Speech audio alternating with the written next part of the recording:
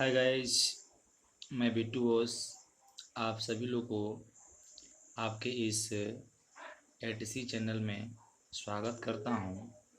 आज मैं class ninth के पोइट्री के first lessons the mountain and the squirrel, पर्वत और गिलहरी लेसन को अध्ययन करेंगे, जिन्हें कंपोज्ड किए हैं राल्फ वाल्डो इमर्सन ने। राल्फ वाल्डो इमर्सन ने इस लेसन में यह बताया है कि इस संसार में हर प्रकार के लोग रहते हैं। कुछ बड़े होते हैं आकार में, कुछ छोटे होते हैं आकार में, और जो भी संसार में जीव जंतु हैं, छोटे हो या बड़े, उन सभी लोग का अपना अपना महत्व होता है, अपना अपना रिस्पॉन्स होता है। अतः इस कविता के अंतर्गत पर्वत तथा गिलहरी के मध्य वार्तालाप के रूप में रखा गया है। जो पर्वत अपने आप को बड़े आकार का घमंड करता है और गिलहरी को तुच्छ कहकर पुकारता है। अतः गिलहरी छोटे होने पर कोई अपना अपमानजनक महसूस नहीं करती है, जबकि उसे उसी के भाषा में उसका जवाब देती है। कहती है कि यदि तुम बड़े हो, तुम यदि बड़े हो तो मेरे जैसे छोटे नहीं हो सकते हो। यदि मैं छोटी हूँ तो मैं तेरे जैसे मतलब तुम्हारे जैसे बड़े नहीं हो सकती हूँ। अतः इस बात को बहुत ही अच्छे ढंग से कवि ने बताए हैं, जो कि अब हम लोग टास्क को अध्ययन करेंगे। तो गाइस, इस प्रकार से हम लोग लेसन को स्टार्ट करते हैं। The mount and the squirrel. Mount मतलब होता है पर्वत, स्क्वायर का मतलब होता है गिलहरी। हैड ए क्वायरल मतलब झगड़ा होता है। The mount and the squirrel had a quarrel. पर्वत और गिलहरी में झगड़ा हुआ। And the former called the latter little prig. Little prig का मतलब होता है तुच्छ जंतु। फार्मर का मतलब होता है पहले वाला, अर्थात माउंटेन को कहा जाएगा। लेटर का मतलब होता है बाद वाला, अर्थात स्क्वायरल को कहा जाएगा। And the farmer called the letters. पहले वाले ने दूसरे से कहा, अर्थात पर्वत ने गिलहरी से कहा, लिटिल प्रिक, तुम एक तुच्छ जंतु हो। तब जाकर गिलहरी ने पर्वत को क्या जवाब देती है? One replied. वन का मतलब होता है गिलहरी। वन रिप्लाइड, गिलहरी ने उत्तर दी, you are doubtless very big. Doubtless मतलब होता है निसंदेह, निश्चित रूप से। बिग मतलब बड़ा। तुम निश्चित रूप से या निसंदेह बहुत बड़े हो। But all sorts all things and विदर।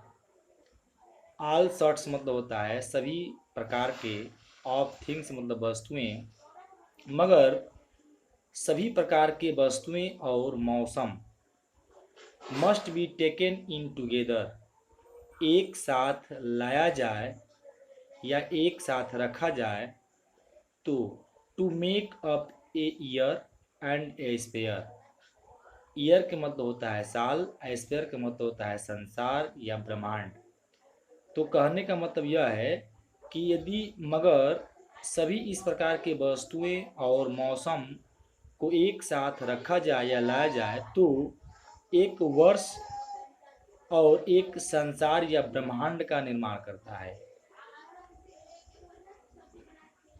Guys, कहने का मतलब यह है कि यदि छोटे छोटे जितनी भी वस्तुएं हैं ये दिन समय जितने भी हैं, अगर उसे एक साथ लिया जाए, दिन और समय को एक साथ लिया जाए तो उनसे एक वर्ष का निर्माण होगा, और सभी वस्तुओं को मिला दिया जाए तो एक ब्रह्मांड का निर्माण होगा।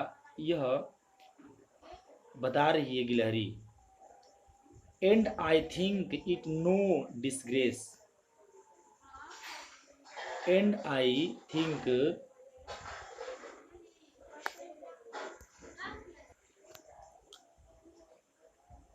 मुझे, I think it no disgrace अपमान होता है, मुझे अपमान महसूस नहीं होता है, to occupy my place, occupy my place, occupy मतलब ग्रहण करना होता है, प्लेस मतलब स्थान। मुझे अपमान महसूस नहीं होता है जो मुझे ग्रहण करने के लिए स्थान मिला है। अर्थात गिलहरी के कहने का मतलब यह है कि जो मुझे भगवान के हिसाब से यदि मतलब मेरा छोटा आकार मिला है तो हमें छोटे होने से कोई अपमान महसूस नहीं होता है। फिर आगे कहती है कि if I am not so large as you, यदि मैं तुम्हारे जैसे बड़ा नहीं हूँ, you are not so small as I, तो तुम भी मेरे जैसे छोटे नहीं हो। देखिए कितना शानदार जवाब देती है। आगे कहती है कि and not half so spry, मतलब फुर्तीला होता है, हाफ मतलब आधा, and not half so spry, और तुम मेरे आधे भी फुर्तीले नहीं हो। I will not deny you make, deny का मतलब होता है इनकार करना।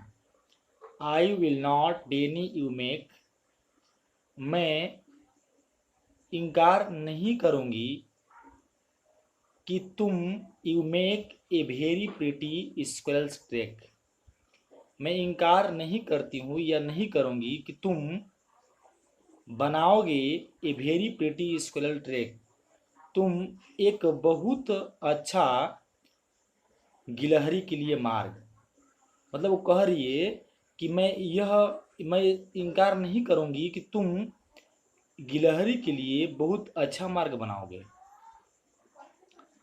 आगे है टैलेंट्स डिफर, योग्यताएं भिन्न भिन्न होती हैं।